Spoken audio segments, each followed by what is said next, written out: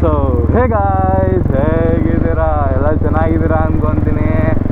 So ಗಾಡಿಯಲ್ಲಿ full tank ಐತೆ ಅಂದರೆ ನಿಮ್ಗೆ ಅರ್ಥ ಆಗೋಗಿರುತ್ತೆ ಇದು 1ನೇ ತಾರೀಕು 2ನೇ ತಾರೀಕು ಅಂತ.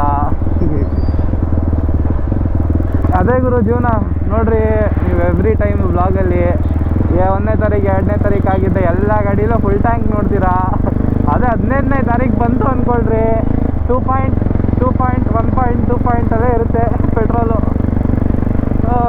ರೋಡ್ನೇ ಟಕ್ ಬಿಹೈಂಡ್ ದ ಬ್ಲಾಗ್ ಬಂದ್ಬಿಟ್ಟು ನಾವು ಎಕ್ಸ್ಪಲ್ಸು ನೋಡ್ರಿ ಗುರು. ಎಕ್ಸ್ಪಲ್ಸ್ಗೆ ಆಳು ಮೂಳು ಸೂಳು ಎಲ್ಲ ಮಾಡ್ತಿದ್ದೀನಿ. ಆ ಆಳು ಮೂಳು ಸೂಳನ್ನೆಲ್ಲ ವಿಡಿಯೋ ಮಾಡ್ತೀನಿ ಅಂದ್ಬಿಟ್ಟು ಗಾಡಿ ತೊಗೊಂಡು ಹತ್ರ 1 ವರ್ಷ ಆಯ್ತಾ ಬಂತು, ಏನೋ ಮಾಡಲಿಲ್ಲ. ಸೊ ಅದಕ್ಕೆ ಇವತ್ತು ಜೈ ಅಂತ ಎದ್ಬಿಟ್ಟು ಮಾಡೇ ಬಿಡೋಣ ನಮ್ಮನ ಹತ್ಲಾಗೆ ಅಂದ್ಬಿಟ್ಟು ಬಂದಿದ್ದೀನಿ ಆಚೆ. ಓ ಅಣ್ಣ, ಯಾಕಣ್ಣ?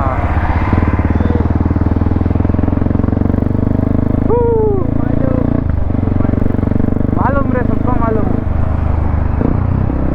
ಸೊ ಮತ್ತೆ ಇನ್ನೊಂದೇನು ಸೈಕ್ ಸೀನು ಅಂದರೆ ಇವಾಗ ತೋರಿಸ್ತೀನಿ ಬನ್ನಿ. ಎಕ್ಸ್ಪಲ್ಸ್ಗೆ ಎಕ್ಸಾಸ್ಟ್ ಹಾಕ್ಸಿದ್ದು ಅವ್ನು ಹಾಕೇನು ಅದು ಬಡ್ಕೊತಾ ಇರೋದು ನೆಕ್ಸ್ಟ್ ಲೆವೆಲಲ್ಲಿ. ಇವಾಗ ತೋರಿಸ್ತೀನಿ ನೋಡ್ರಿ. ಅದು ಸನ್ಸೆಟ್ ಮಾತ್ರ ಕ್ರೇಜಿ ಆಗೈತೆ ಅನ್ಕೋ. ನಕ್ಕನ್ ಏನು ಗುರು ಸನ್ಸೆಟ್ಟು ಹಂಗೆ ನೆಕ್ಸ್ಟ್ ಲೆವೆಲ್. ಯಾಕೆ ಹಿಂಗೆ ಕಿರ್ಸ್ಕೊಂಡು ಮಾತಾಡ್ತಾ ಇದ್ದೀನಿ ಅಂದರೆ ಮೈಕ್ ಹಿಂದೆ ಹೋಗ್ಬಿಡೈತೆ, ಸೌಂಡೇ ಬರ್ತಾಯಿಲ್ಲ. ಅದಕ್ಕೆ ಇವಾಗ ನೋಡ್ರಿ.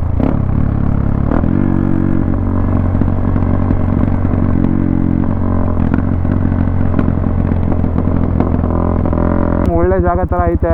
4 ದಾರಿ ಆ್ಯಕ್ಚುಲಿ ಇದು ಹುಷಾರಾಗಿರ್ಬೇಕು ಇಂಥ ಏರಿಯಲ್ಲಿ, ಬಟ್ ಪರವಾಗಿಲ್ಲ. ಓ ಹಿಂಗೆ ಬೇಡ. ನಮಸ್ತೆ ಬ್ರೋ. ಅಣ್ಣ ನಮಸ್ತೆ. ಲೋಕಲ್ಲು.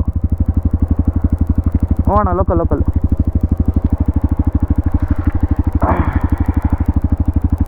ತಿಳ್ಕೊಳ್ಳೋಣ. ಟುಸ್ಕಾವ್ ಫೋರ್ಕೆ ಟಸ್ಕಾವ್. ಇವಾಗ ಇಲ್ಲಿ ನೋಡ್ರಿ, ಹಂಗೆ ಇಲ್ಲಿಗೆ ಬಂದ್ಬಿಡ್ರಿ. ಓಕೆ ಗುರು, ಇಲ್ಲಿದೆ ನಮ್ಮ ಕ್ಯಾಸ್ಕಾ ಉರ್ಫ್ ಡಗರ್ ಉರ್ಫ್ ಎಕ್ಸ್ಪಲ್ಸ್ ಪ್ರೋ. ಸೊ ಇರಿ ಫಸ್ಟ್ ಆಫ್ ಮಾಡಿಬಿಡೋಣ. ಆಫ್ ಆಗಪ್ಪ ನೀನು, ಯಾಕೆ ಆಮೇಲೆ ರೋದ್ನೆ. ಫಸ್ಟು ನೀವು ಆಬ್ವಿಯಸ್ ಏನು ನೋಡ್ತಾ ಇದ್ದೀರಾ ಇಲ್ಲಿ, ಇದು ಮೋಟೋ ಟಾರ್ಕೋ ಹ್ಯಾಂಡ್ಲ್ ಬಾರ್ ಹಾಕ್ಸಿದ್ದೀನಿ. ಓಕೆನಾ? ಅದಾದಮೇಲೆ ಏ ಸರ್ವಿಸ್ದು ಇದು ಏನಂತಾರೆ ಇದನ್ನು, ಲಿವರ್ ಗಾರ್ಡಾ ಅದು. ಸೈಡ್ ಬರೋ ಏನೋ ಇದು ಗಾಡಿ ಬರ್ತಾಯಿದ್ದಲ್ಲ, ಕೈ ಸೇರಿ 2 ಸೆಕೆಂಡ್ ಗಾಡಿ ಬರ್ತೈತೆ. ಸಿಗೋಣ ತಿರ್ಗಾ, ಅವ್ರು ಬರ್ತಾ. ಸೊ ಕಾರ್ ಆಯಿತು, ವೆಲ್ಕಮ್ ಬ್ಯಾಕ್. ಸೊ ಏ ಸರ್ವಿಸ್ದು ಇದು ಹ್ಯಾಂಡಲ್ ಗಾರ್ಡು, ಲಿವರ್ ಗಾರ್ಡು ಏನಂತಿರೋ ಅದನ್ನು ಹಾಕ್ಸಿದ್ದೀನಿ. ಅದಾದಮೇಲೆ ಈ ಥರ ಜಾತ್ರೆ ಥರ ಸ್ಟಿಕ್ಕರ್ ಮಾಡಿ ನಾನೇ ಹಾಕಿರೋದು. ವೆಲ್ಕಮ್. ಅದಾದಮೇಲೆ ನೀವು ನಾರ್ಮಲ್ ಎಕ್ಸ್ಪಲ್ಸ್ ನೋಡಿದಾಗ ಏನೋ ಅನ್ಸಲ್ಲ, ಬಟ್ ನನ್ನ ಎಕ್ಸ್ಪಲ್ಸ್ ನೋಡಿದ್ರೆ ನಿಮಗೆ ಒಂಥರ ಡಿಫ್ರೆಂಟ್ ಆಗಿರುತ್ತೆ. ಅದು ಯಾಕೆ ಅಂತ ಹೇಳ್ತೀನಿ ಕೇಳ್ರಿ.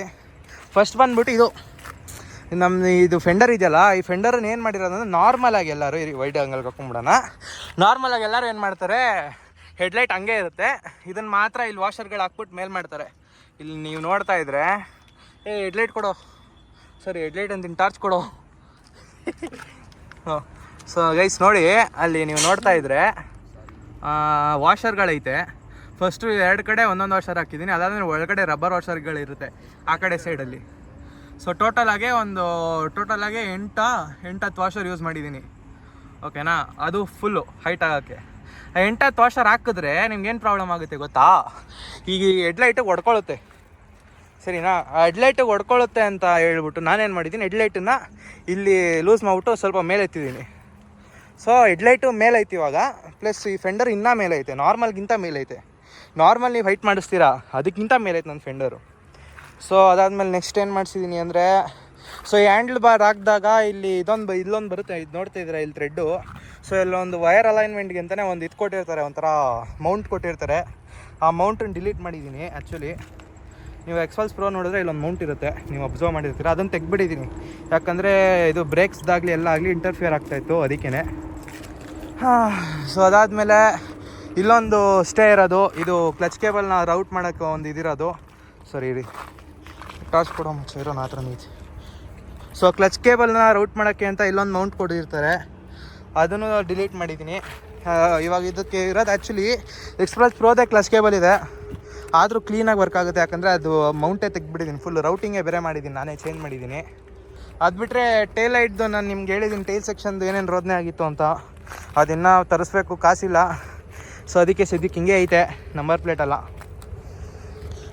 ಅದಾದಮೇಲೆ ಏರ್ ಫಿಲ್ಟ್ರ್, ಆಫ್ಕೋರ್ಸ್ ಇಲ್ಲಿ ನೋಡ್ತಾ ಇದ್ದೀರಾ ಎಂಗೇಜು, ಪವರ್ ಪಾರ್ಟ್ಸು.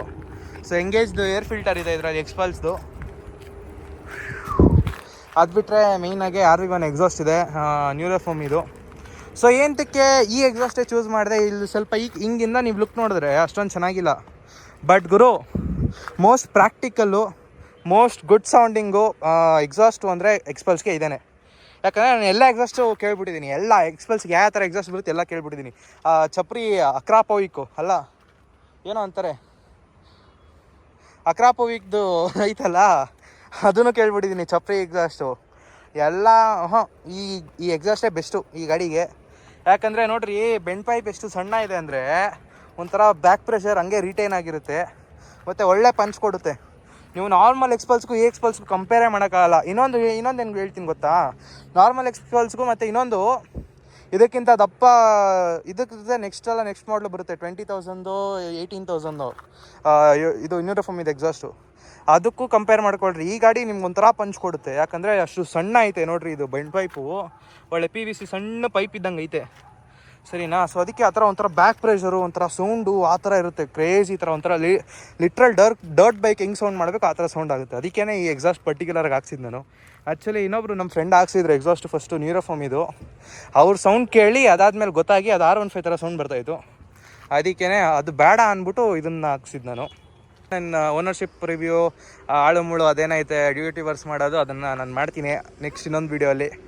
ಸೊ ಸದ್ಯಕ್ಕೆ ಇಷ್ಟೇ ನಾನು ಮಾಡಿಸಿರೋದು ಈ ಗಾಡಿಗೆ ಮಾಡಿಫಿಕೇಷನು. ಅಂದರೆ ಇದು ಬಿಟ್ಟರೆ ಇನ್ನು ನೆಕ್ಸ್ಟ್ ಏನಿದೆ ಅಂದರೆ ಫುಲ್ ಮೋಟೋಕ್ರಾಸ್ ಸೆಟಪ್ ಮಾಡಿಸ್ತೀನಿ. ಅದಕ್ಕೆ ವೆಯ್ಟ್ ಮಾಡ್ತಾಯಿರಿ, ಯಾವಾಗ ಗಾಡಿ ನೋಡೋಕ್ಕಂತೂ ಕ್ರೇಜಿಯಾಗಿರುತ್ತೆ. ಸೊ ಅಷ್ಟೇ, ಮುಂದಿನ ವೀಡಿಯೋಲಿ ಸಿಗೋಣ. ಟೇಕ್ ಕೇರ್, ಬಾಯ್ ಬಾಯ್.